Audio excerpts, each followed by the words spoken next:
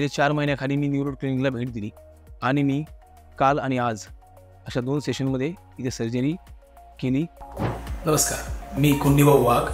5 महिन्यापूर्वी संभाजीनगर न्यूरोच्या क्लिनिकमध्ये मी hair ट्रान्सप्लांटची treatment घेतली होती आणि आज अतिशय सुंदर रिझल्ट आला याचा 5 महिन्यानंतरचा।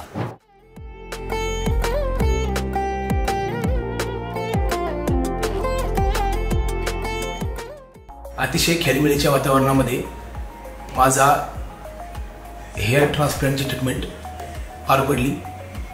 सरांचं मार्गदर्शन आणि पूर्ण स्टाफ अतिशय सुंदररित्या कोऑपरेट केलं।